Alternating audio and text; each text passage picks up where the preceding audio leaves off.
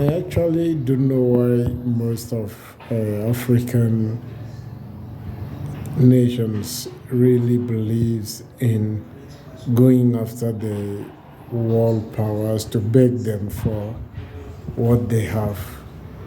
You know, going to Russia, going to Europe, going to this to go and beg them is not the real reason why we should be, because these are some of those things that make us judge them. When it is not bad meeting them for your personal economic development, yeah. No country developed by themselves. I think every other country depended on the other to grow up to the level they are. But in a sense that you go there without a proposal, what are you proposing? What are you telling them you are coming for? These are some of those things that we should go. What is our principles? What do we really want? We don't sit down and talk, discuss about it. At the end of the day, we'll talk of how Europe underdeveloped Africa. Very soon, we'll start talking about how Russia underdeveloped Africa. There is an history that Russia hasn't done anything bad to Africa, but now they are here in Africa. What is going to happen in the next 10, 20 years after Putin is gone? You understand? Some other African leaders or Russian leaders will come up and will be more greedy than the way it is, they say, the current circumstances. And what is going to happen? Do we think about this?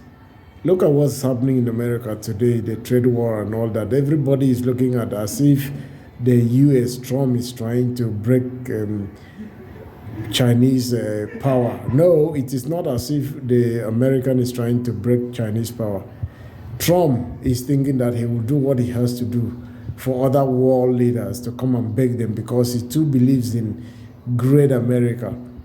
So that self-obsession has actually going to bring America down. So we should also look for how we can recall back some of this grace by trying to let the world know that they are the one owing us. They come here, buy gun. Few of them always come to Africa. When they get there, they buy gun for few, and then do what? The few that have possession of this gun started using to kill, maim, and control people. Some of them are being put into corridors of power to kind of use it and maim and enrich themselves and their family. It is not the Western fault. It is what we accept, because we are talking about acceptance. You don't go to people begging them to help you, because soon after they help, they will give you a condition that will be very, very difficult for you to pass through. You know, you have to go there to also help them. They help you. We have the raw materials, and they need these raw materials to develop their handset, semiconductors and all that, from trees and all that. They are coming here to plant trees, giving us grants. At a point, we don't need grants. We have enough money to plant, so that when they are looking for this tree, we will now be able to have a high negotiating power. See what is happening in our bush, deforestation and all that. Timber is becoming more costlier than ever expected. Imagine, they will be the one that will supply them raw materials, and they will go and refine it, make timber. At the end of the day, they ask us to buy at a very high cost. What are we thinking? Is it okay?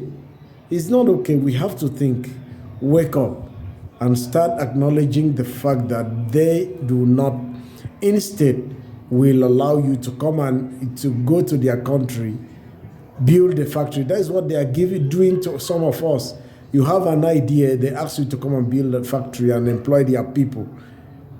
And then you, from their own place, you now will be able to export.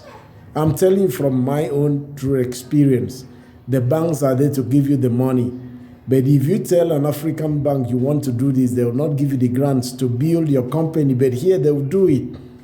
So our economic reforms should be our priority for us to be able to conquer, rise, and stop whining on why the West underdeveloped Africa. To be frank, most of the brains that Africans are having is not being put into utilization. Instead, these brains are being exported. They are being bought out for the West to use them, and then use those brains and then turn it into economic value, and then use it to control the African countries and all that. So we have the power, a high negotiating power.